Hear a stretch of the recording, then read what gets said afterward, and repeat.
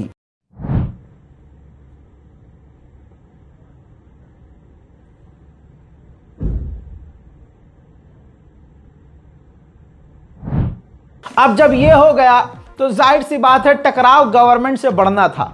अब जगह जगह जो मार्केट, तेहरान, ईरान, कोम, मशहद, इन जगहों में जो बड़ी मार्केट हैं, बाजार हैं, इनको बंद किया जाने लगा। हद पर हद होने लगी।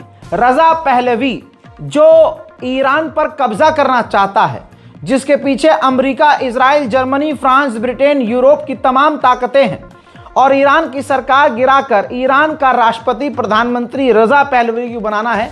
हजरात, ईरान की गद्दार जनता खुद रजा पहलवी के समर्थन में नारे लगाने लगी।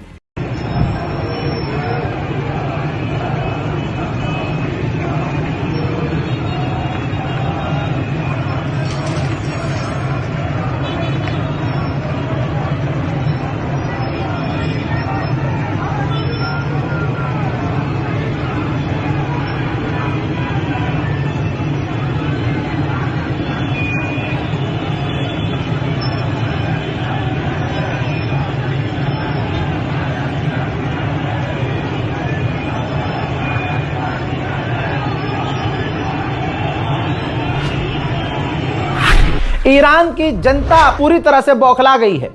कई वीडियोस में, कई मंजर में यह देखा गया कि ईरान के मिलिट्री और पुलिस के ऊपर जनता पथराव कर रही है। इसके अलावा दोस्तों, तेहरान को मशहद तक में नारे गूंज रहे हैं डेथ टू डिक्टेटर के। सुनिए।